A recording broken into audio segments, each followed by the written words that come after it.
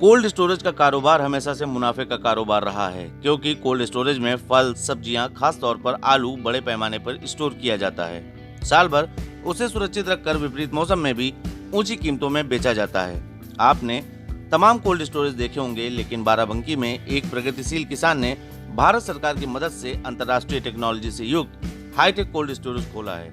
इस cold storage की दीवारें ईंट और सीमेंट की नहीं बल्कि एल्युमिनियम की दीवार में हाई क्वालिटी फाइबर से बनी हुई हैं, जो कि कोल्ड स्टोर को इंसुलेट रखता है। बाहर की गर्मी अंदर बिल्कुल नहीं जाती और बेहतर कूलिंग बनी रहती है। प्लांट पूरी तरह से ऑटोमेटिक है। आवश्यकता के हिसाब से गैसों का संतुलन डिजिटल मीटर में चेक किया जाता है और जरूरत पड़ने पर गैसों के संतुलन में फेरबदल भी केवल एक स्विच के द्वारा किया जाता है। इतना ही नहीं, कंप्यूटराइज्ड प्रणाली अपने आप कोल्ड स्टोरेज में तापमान और गैसों के संतुलन को नियंत्रित करती है। भारत सरकार कोल्ड स्टोरेज खोलने के लिए कई योजनाएं चला रही है। करोड़ों रुपए की सब्सिडी भी सरकार के द्वारा दी जाती है। मोइनुद्दीन को यह कोल्ड स्टोरेज खोलने में भारत सरकार ने अच्छी खासी मदद दी है।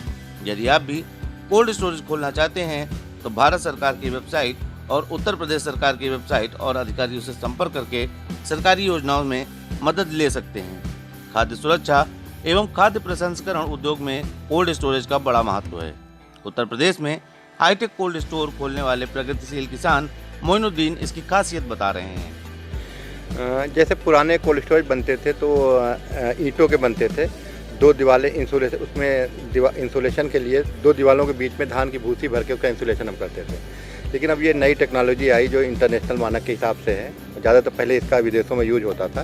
ये पफ पैनल है, ये फाइबर शीट नहीं, ये एल्युमिनियम की शीट है और एल्युमिनियम के शीट में हाई डेंसिटी का जो है पफ भरा होता है जो है, तो उसकी वजह से ये होता है कि इसका बाहर का टेम्परेचर अंदर या अंदर की कूलिंग बाहर नहीं आती है और बाहर की गर्मी अंदर नहीं करते।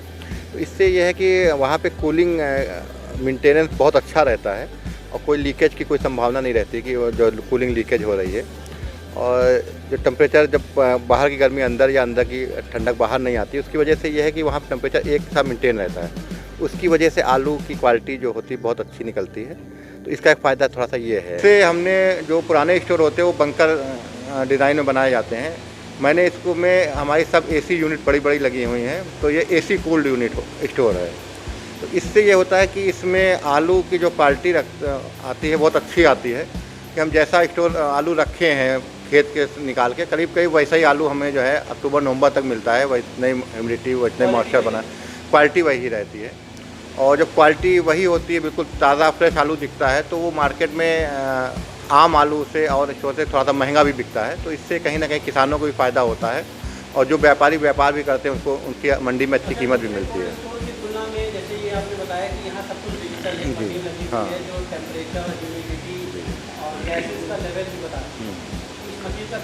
हाँ, इसका ये है कि टोटल हमारा ऑटोमेटिक कोल्ड स्टोरेज है और हम इसको मतलब टोटल हमारे इसमें सेंसर लगे हुए हैं कि अगर हमें किसी चीज़ का लेवल बढ़ जाता है तो तुरंत सेंसर काम करना शुरू कर देता है। जैसे ये हमारे फैन चल रहे हैं, ये हमें बताते हैं कि हमारे इसमें अंदर कोल्ड स्टोरेज में कार्बन डाइऑक्साइड की मात्रा बढ़ गई है। तो कार्बन डाइऑक्साइड की मात्रा जैसे ही बढ़ती है तो उसका अगर ज़्यादा बढ़ जाती है उस पर असर आलू पे आता है, आलू क्वालिटी ख़राब होती है।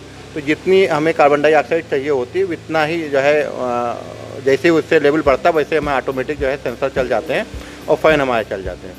तो उससे ये है कि हमें बार बार कोल्ड स्टोरेज में नहीं जाना पड़ता कि हमें अंदर का कितना टेम्परेचर है ये सब कुछ यहीं पे दिख जाता है।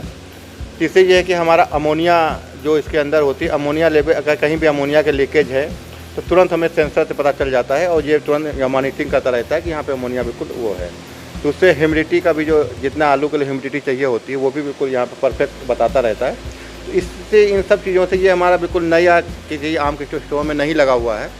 इसके लगाने से हाँ, ये इसके अंतर्राष्ट्रीय मानकों के हिसाब से बना है, क्योंकि जो आलू इस समय गवर्नमेंट अगर यहाँ से जो एक्सपोर्ट होगा तो एक्सपोर्ट के जो मानक हैं तो वो ज़्यादातर एक्सपोर्ट के मानक वाला आलू इन्हीं डिज़ाइन के जो कोल्ड स्टोरेज होने उन्हीं से वो लोग रखते हैं। और हाँ, इसको हम कहते हैं ये मतलब विदेशों जो के मानक जो है अंतर्राष्ट्रीय मानक है उसके हिसाब से पूरा परफेक्ट है। और इसके आलू जो है वो हम विदेशों में मतलब आयात जो है कर सकते हैं, निर्यात कर सकते हैं सारी। साधारण स्टोव की तुलना में बिजली की खपत भी कम होगी इसकी? नहीं हाँ नहीं, बिजली की खपत कोई बहुत ज़्यादा कम नहीं है। बिजली की खपत तो करीब लगभग वही जैसी है, क्योंकि थोड़ा सा हमारे मैनेजमेंट आसान है, क्योंकि हमारे इसमें काफ़ी पैनल जैसे कुछ चीज़ें ज़्यादा लगी, जैसे यही प्लांट हमें जो हमारे डिजिटल ये लगा हुआ है, इसको चलाने के लिए हमें अलग से बिजली लगानी पड़ती है, उसमें जो नहीं रहता है। या जैसे हमारा ये LPR सिस्टम लगा हुआ है, तो ये कुछ चीज़ें इसमें एक्स्ट्रा हैं, तो उस वजह से जो है क्वालिटी जो है वो थोड़ा सा ऐसा बिजली का वो नहीं है।